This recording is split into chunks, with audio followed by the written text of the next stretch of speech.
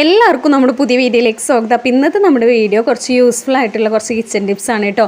അപ്പോൾ മഴക്കാലം എത്തുന്നതിൻ്റെ മുന്നേ എല്ലായിടത്തും മഴയൊക്കെ നിൽക്കാണ്ട് പെയ്യാൻ തുടങ്ങിയില്ലേ. അപ്പോൾ ഈ മഴക്കാലത്ത് ഏറ്റവും വലിയൊരു പ്രശ്നം എന്ന് പറഞ്ഞാൽ തുണികൾ നമുക്ക് ഉണങ്ങി കിട്ടില്ല. അപ്പോൾ തുണികൾ ഉണങ്ങി കിട്ടാൻ നമുക്ക് കുക്കർ വെച്ചിട്ട് എളുപ്പത്തിൽ ചെയ്യാൻ പറ്റുന്ന ഒരു കാര്യമാണ് നമ്മൾ ഇന്നത്തെ വീഡിയോ. അപ്പോൾ നമ്മുടെ വീഡിയോ സ്കിപ്പ് ചെയ്യാണ്ട് കാണാൻ നമ്മൾ ഒരുപാട് നല്ല ടിപ്പുകൾ കാണിക്കുന്നുണ്ട്.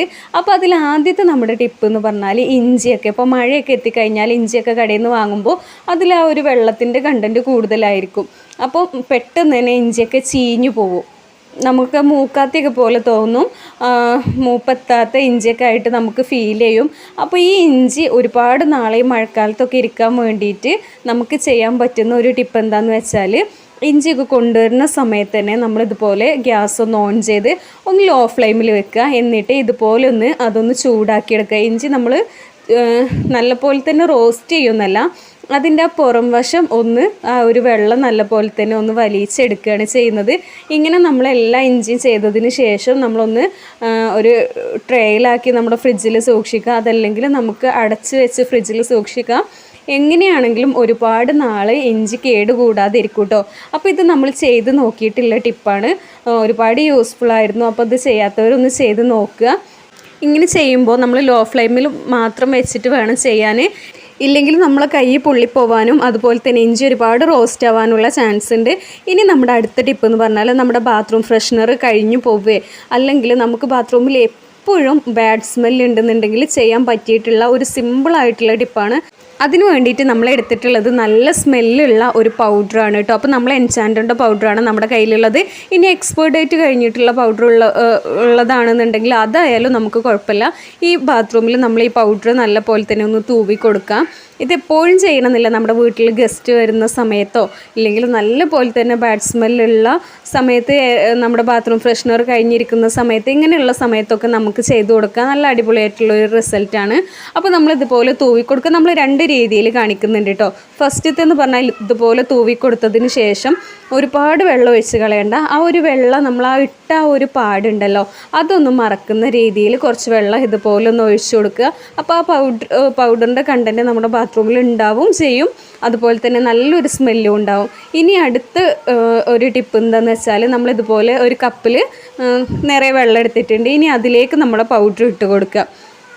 അപ്പോൾ നമുക്ക് എല്ലായിടത്തും ഒരുപോലെ ഈ ഒരു വെള്ളം തട്ടുമ്പോൾ എല്ലായിടത്തും ഒരുപോലെ ആവും ഈ ഒരു മിക്സ് കിട്ടുക. അപ്പോൾ എന്നിട്ട് നല്ല പോലെ തന്നെ നമ്മളൊന്ന് ഈ പൗഡർ ഇട്ടതിന് ശേഷം മിക്സാക്കി എല്ലായിടത്തും ഒന്ന് ഒഴിച്ചു കൊടുക്കുക കേട്ടോ. അത് നമ്മുടെ ബാത്റൂം ക്ലോസറ്റിൻ്റെ ഉള്ളിൽ പോയാലും വലിയ പ്രശ്നമൊന്നുമില്ല.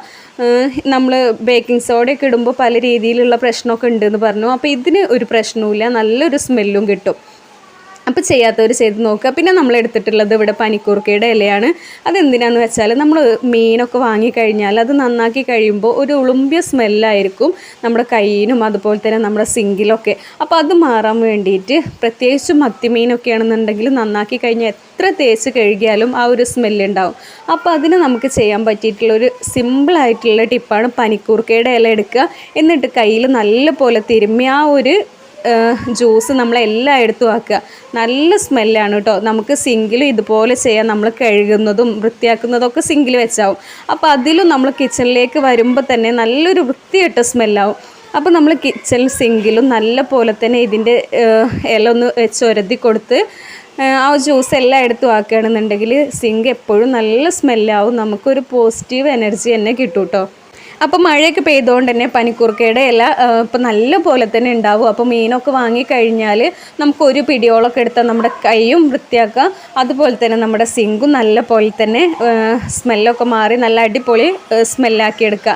ഇനി നമ്മുടെ അടുത്ത ടിപ്പ് എന്ന് പറഞ്ഞാൽ, നമ്മളിവിടെ ഒരു പാത്രം എടുത്തിട്ടുണ്ട്. അതിലേക്ക് ഒരു 1/4 സ്പൂണ്, 1/2 സ്പൂൺ വേണ്ട, 1/4 സ്പൂൺ അളവിൽ മഞ്ഞൾപ്പൊടി, നല്ല നാടൻ മഞ്ഞൾപ്പൊടിയാണ് വേണ്ടത്, അതെടുത്തിട്ടുണ്ട്. ഇനി അതിലേക്ക് നമ്മൾ ഒഴിച്ചു കൊടുക്കുന്നത് 1 സ്പൂൺ തേനാണ് കേട്ടോ. അപ്പോൾ മായം ചേർന്നിട്ടില്ലാത്ത നല്ല ശുദ്ധമായിട്ടുള്ള തേന്, അതുപോലെ തന്നെ നമ്മുടെ മഞ്ഞൾപ്പൊടിയും നാടൻ മഞ്ഞൾപ്പൊടിയും എടുക്കാൻ വേണ്ടിയിട്ട് ശ്രദ്ധിക്കണം. ഇനി ഇത് നല്ല പോലെ തന്നെ ഒന്ന് മിക്സ് ചെയ്തെടുക്കുക, നല്ല പേസ്റ്റ് പരുവത്തിലാക്കിയെടുക്കുക കേട്ടോ. ഇത് നമുക്ക് വളരെ യൂസ്ഫുള്ളാണ്, പ്രത്യേകിച്ച് ഈ മഴക്കാലത്ത്. ഇതെന്തിനാണെന്ന് വെച്ചാൽ നമ്മുടെ കഫക്കെട്ട്, അതുപോലെ തന്നെ നമ്മൾ സംസാരിക്കുന്നതിനിടയിലൊക്കെ കഫ ഇറങ്ങി പോവുക, തൊണ്ടയിൽ എപ്പോഴും ഒരു കഫക്കെട്ട് ഫീൽ ചെയ്യുക, അതുപോലെ തന്നെ അലർജി ഉള്ള ആളുകൾക്ക് ഈ ഒരു മരുന്ന് നമ്മുടെ തേനും അതുപോലെ തന്നെ ഈ ഒരു മഞ്ഞൾപ്പൊടിയും കൂടി ചേർത്തത് ഡെയിലി ഒരു സമയം നമ്മൾ കഴിക്കുകയാണെന്നുണ്ടെങ്കിൽ അലർജി ആയാലും ഈ ഒരു കഫക്കെട്ടിൻ്റെ ഈ ഒരു കഫം നിൽക്കുന്നതായാലൊക്കെ അത് നമുക്ക് ഒഴിവാക്കാൻ പറ്റും. മുതിർന്നവർക്കും കുട്ടികൾക്കൊക്കെ നമുക്ക് കൊടുക്കാം കേട്ടോ. അപ്പോൾ ഇതൊന്ന് ട്രൈ ചെയ്ത് നോക്കുക. ഇനി നമ്മൾ അടുത്ത ടിപ്പ് എന്ന് പറഞ്ഞാൽ നമ്മളിതുപോലെ കുക്കർ എടുത്തിട്ടുണ്ട്. അതിലേക്ക് നമ്മളൊരു 2 മുട്ടയാണ് കേട്ടോ ഇട്ട് കൊടുക്കുന്നത്. ഇനി നമ്മൾ ആവശ്യത്തിന് വെള്ളം ഒഴിച്ച് കൊടുക്കുന്നുണ്ട്. പിന്നെ നമ്മളിതിലേക്ക് ഉപ്പാണ് ചേർത്ത് കൊടുക്കുന്നത്. ഇനി നമുക്കിതിലേക്ക് ആവശ്യമുള്ളത് എല്ലാവരുടെ വീട്ടിൽ എപ്പോഴും അവൈലബിൾ ആവുന്ന ഒരു സാധനം തന്നെയാണ് വിനാഗിരി. വളരെ കുറച്ച് മതി നമ്മൾ വിനാഗിരി ചേർത്ത് കൊടുത്തിട്ടുണ്ട്. ഇതെന്തിനാന്ന് വെച്ചാൽ ചില കുട്ടികൾക്കൊക്കെ വാശി ഉണ്ടാവും പൊട്ടാത്ത മുട്ട കഴിക്കണമെന്ന്. അപ്പോൾ നമ്മൾ തൊലി കളഞ്ഞെടുക്കുമ്പോൾ അത് പൊട്ടി പോവാറൊക്കെ ഉണ്ട് അല്ലേ. അപ്പോൾ ഈ രീതിയിൽ നമ്മൾ വിനാഗിരി വെച്ചിട്ട് മുട്ട പുഴുങ്ങുകയാണെന്നുണ്ടെങ്കിൽ പൊട്ടിപ്പോവില്ല. നമ്മൾ ഗസ്റ്റൊക്കെ വരുമ്പോഴും നമുക്ക് വൃത്തിയിൽ തന്നെ കിട്ടും. അപ്പോൾ അതും ചെയ്യാത്തവരൊന്ന് ചെയ്ത് നോക്കുക. ഇനി നമ്മൾ നേരത്തെ പറഞ്ഞിട്ടുണ്ടായിരുന്ന തുണിയൊക്കെ പെട്ടെന്ന് തന്നെ ഉണങ്ങി കിട്ടാനുള്ള ഒരു ടിപ്പ് എന്താണെന്ന് വെച്ചാൽ ഇതുപോലെ നമ്മൾ ദിവസം ഒരു തവണയെങ്കിലും കുക്കറൊക്കെ നമ്മൾ അടുപ്പിൽ വെക്കൂലേ, ഗ്യാസിൽ വെക്കും. അപ്പോൾ നമ്മൾ ഇതുപോലെ തുണിയൊക്കെ കട്ടിയുള്ള തുണി, പ്രത്യേകിച്ച് കുട്ടികളുടെയൊക്കെ ഉടുപ്പുകളൊക്കെ ഉണ്ടെന്നുണ്ടെങ്കിൽ ഇതുപോലെ നമ്മുടെ ആ കുക്കറിൻ്റെ വിസിൽ ഒഴിവാക്കിയിട്ട് ബാക്കി സ്ഥലത്ത് ഇതുപോലെ ഒന്ന് വിരിച്ചിട്ട് കൊടുക്കുകയാണെന്നുണ്ടെങ്കിൽ നല്ല കട്ടിയുള്ള ഭാഗത്തൊക്കെ ഉള്ള ആ വെള്ളം പെട്ടെന്ന് തന്നെ ഒന്ന് വലിഞ്ഞ് കിട്ടും കേട്ടോ. അപ്പോൾ നമ്മളിതുപോലെ ഒന്ന് തിരിച്ചും മറിച്ചും ഇട്ടുകൊണ്ട് ഒന്ന് ആ ഒരു വെള്ളം ഒന്ന് വലിച്ചെടുത്താൽ മതി, പെട്ടെന്ന് തന്നെ ഉണങ്ങി കിട്ടും. അപ്പോൾ നമ്മൾ വിറകടുപ്പൊക്കെ കത്തിക്കുന്നവർക്ക് ആ ഒരു വീതനയിൽ അതുപോലെ തന്നെ നമ്മുടെ ആ ഒരു സ്ലാബിലൊക്കെ ഇട്ട് ഉണക്കാറുണ്ട്. അപ്പോൾ അതിൻ്റെ ഒരു പുകയുടെ സ്മെല്ലുണ്ടാവും. ഇതാവുമ്പോൾ പുകയുടെ സ്മെല്ലൊന്നും ഉണ്ടാവില്ല. അതുപോലെ തന്നെ ഇതുപോലെ ഒന്ന് ചെയ്തെടുക്കുകയാണെന്നുണ്ടെങ്കിൽ നമുക്ക് സിമ്പിളായിട്ട് പെട്ടെന്ന് തന്നെ വെള്ളമൊക്കെ വലിഞ്ഞ് കിട്ടും കേട്ടോ. അപ്പോൾ നമ്മൾ ഓൾറെഡി ഗ്യാസ് ഓൺ ചെയ്യുന്നതാവും. അപ്പോൾ ആ കൂട്ടത്തിൽ ഇങ്ങനെ കൂടി ചെയ്താൽ മതി. പ്രത്യേകം ശ്രദ്ധിക്കേണ്ടത് തുണി കത്തിപ്പോവാണ്ടിരിക്കാൻ നമ്മൾ ശ്രദ്ധിക്കണം. എപ്പോഴും ഇടുമ്പോൾ ഈ മേൽഭാഗത്തായി മാത്രം ഇടുക. അടിയിലേക്ക് തൂങ്ങി കിടക്കുന്നത് നമ്മൾ മടക്കി വെച്ചിട്ട് ഇതുപോലെ ചെയ്യാം. അപ്പോൾ സിമ്പിളായിട്ടുള്ള ടിപ്പാണ്. എല്ലാവരും ഒന്ന് ചെയ്ത് നോക്കുക. നമ്മുടെ വീഡിയോ ഇഷ്ടപ്പെട്ടാൽ ലൈക്ക് ചെയ്യുക, അതുപോലെ തന്നെ ചാനലൊന്ന് സബ്സ്ക്രൈബ് ചെയ്യുക.